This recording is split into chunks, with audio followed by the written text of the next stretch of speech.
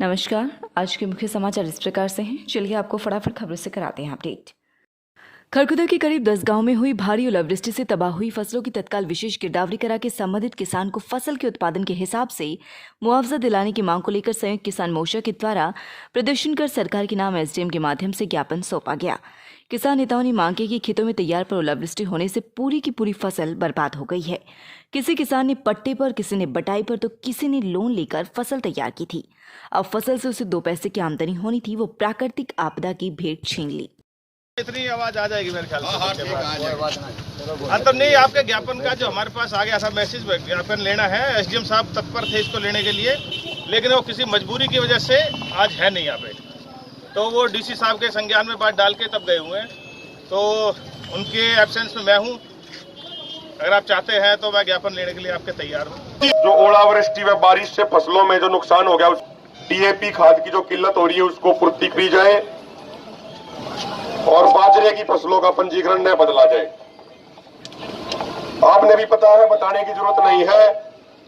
इलाके में ओलावृष्टि व बेमौसम बारिश से किसानों को भारी नुकसान हुआ है। धान, बाजरा व कपास पूरे तरीके से बर्बाद हो गया है। डीएपी खाद की बहुत किल्लत का सामना करना पड़ रहा है। बुआई बहुत प्रभावित होने लगी, रागौर होगी।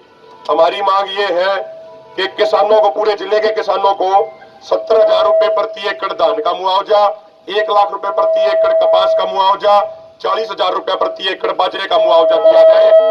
10 तारीख तक का समय देवे हैं। आज हर गांव से तो 2-3 आदमी बुलाए थे।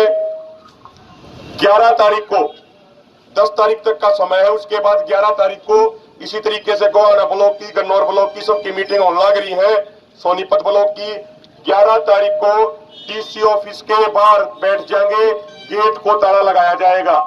अगर 10 तारीख तक मांगे पूरी नहीं हुई तो 11 तारीख तक सैकड़ों ट्रॉलियों के साथ जाके वहां पे पूरा ताला लगाया जाएगा और जो भी जिम्मेदारी होगी उसके बाद प्रशासन की जिम्मेदारी होगी, हमारी कोई जिम्मेदारी नहीं होगी। दूसरी बात है, जब तक हमारे किसान भाई, हम 11 महीने दिल्ली के बॉर्डर पर बैठे हैं, जब तक हमारा फैसला नहीं हो जाता, जब तक हमारी मांगे पूरी नहीं की जाती, प्रशासन ये बात ध्यान से सुन ले कि जो जगमग योजना लागू करने का प्रयास किया जा रहा है, जो 12 मीटर लाने जाने का प्रयास किया जा रहा है, पूरे इलाके में ये मीटर बाहर नहीं लागण दिए जाएंगे। आप हमारी मांग पूरी करवा दो। जो बॉर्डर पे किसान बैठे हैं, उसके बाद जो योजना आपने जिस तरीके से लागू करनी हो आप कर लेना। जब तक हमारी मांग पूरी नहीं होगी, जब तक हमारे भाई बॉर्डर में बैठे हैं, कोई लागू नहीं होने देंगे। और यदि कोई भी अधिकारी, कोई भी ठेकेदार गांव में जाता है और उसका घेराव किया जाता है तो उसकी जिम्मेदारी आप लोगों की होगी, उसकी जिम्मेदारी प्रशासन की होगी। और ये एक यह बड़ी समस्या आ रही है, तहसीलदार साहब जिनने बाजरे का पंजीकरण करवाया था, अब उनको मैसेज भेजे जा रहे हैं कि भाई आपके खेत में तो बाजरा नहीं, आपके खेत में तो धान है, आपके खेत में तो कपास थी, ताकि सरकार जो भावांतर भरपाई योजना के तहत जो घोषणा करी गई है रुपए देने की, उससे सरकार बचना चाहती है। सरकार ये 500 करोड़ का घोटाला करना चाह रही है। हमारे पास मैसेज भी है, इनके पास भी आए हुए, तमाम किसानों के पास आए हुए हैं। तो ये चीज बिल्कुल भी नहीं चलेगी, या सरकार ने पहला चेक करनी चाहिए थी। अब ये चेक करने का टाइम नहीं है और स्पेशल गिरदावरी करवाई जाए। कल भी किसान गए थे डीसी ऑफिस में, स्पेशल गिरदावरी करवाइए आप। जो आपकी भावांतर वाली योजना के बारे में है, उसका पोर्टल खुल गया है। वो अब तहसीलदार से नहीं, एसडीएम महोदय के माध्यम से होगा। ठीक है, तो जिस किसान भाई की अपनी समस्या है ना, कुछ दूसरा दिखा रखा है, वो अपनी एप्लीकेशन दे दे, वो ठीक हो जाएगी। कोई ऐसी दिक्कत किसान ने जी क्यों पोर्टल हम बाड़ो इन बेचारा तो वो जो चीज पोर्टल पे कर दी वो समस्या का समाधान हो जाएगा। अधिकारी जी, किसानों की क्या गलती है? किसानों की गलती नहीं है, लेकिन नॉलेज में तो डालनी पड़ेगी। इनके घर पे भी यही दुख है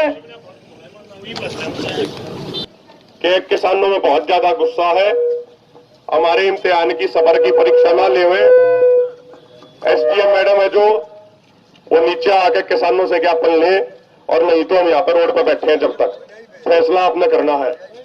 से सूचना दे दी थी, ये काम प्रशासन का है, देख लियो अपना भाई। आ जाओ उरेना के बैठ जाओ, सारे के सारे आ जाओ, सारे नहीं धान पाया, ताकि मतलब 600 रुपए प्रति क्विंटल भावांतर भरपाई योजना के तहत ईंधन ना देने पड़े।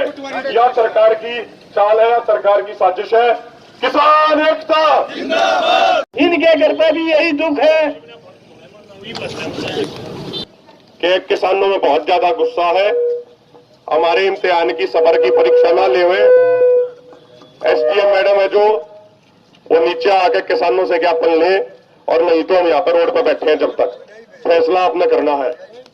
से सूचना दे दी थी, ये काम प्रशासन का है, देख लियो अपना भाई। आ जाओ उड़े ना के बैठ जाओ सारे के सारे, आ जाओ सारे। किसान एकता जिंदाबाद, किसान एकता जिंदाबाद, मोदी सरकार। आपके साथ में कोई झगड़ा तनाव किसी प्रकार का नहीं चाहते। अगर आप हमें नहीं जाने देंगे तो ये रोड जाम रहेगा और ये लोग जो है गेट पर बैठे रहेंगे, शांतिपूर्ण ढंग से बैठे रहेंगे। किसी भी प्रकार का हम आपसे झगड़ा या वो नहीं चाहते हैं। कोई जबरदस्ती अगर आप करोगे तो उसकी जिम्मेवारी आपकी है, हमारी नहीं। किसान एकता, किसान एकता, मोदी से। और भाई कदे ये पुलिस वाले भाई ने सोच रहे हो ताला ला के भीतर ना बढ़न दे तो ज्ञापन तो एसडीएम ने लेना पड़ेगा, चाहे 2 घंटे बैठना पड़ जाओ, पहले घर से सूचना भी दे दी थी। टेम्पो वाले भाई तक आजा मल्ला माना गणा थोड़ी बार रोक ले, जो बच्च और गाड़ी में है ये सारे उतरे हुए एक बार जल्दी से। किसान एकता जिंदाबाद, किसान एकता जिंदाबाद, मोदी सरकार मुर्दाबाद, किसान एकता जिंदाबाद, मोदी सरकार मुर्दाबाद। नहीं दान पाया ताकि मतलब 600 रुपए प्रति क्विंटल भावांतर भरपाई योजना के तहत ईंधन ना देने पड़े। यह सरकार की चाल है, सरकार की साजिश है। किसान एकता जिंदाबाद। लगातार खबरों से अपडेट रहने के लिए चैनल को सब्सक्राइब जरूर करें। समाचार व विज्ञापन के लिए नीचे दिए गए नंबरों पर संपर्क करें। धन्यवाद।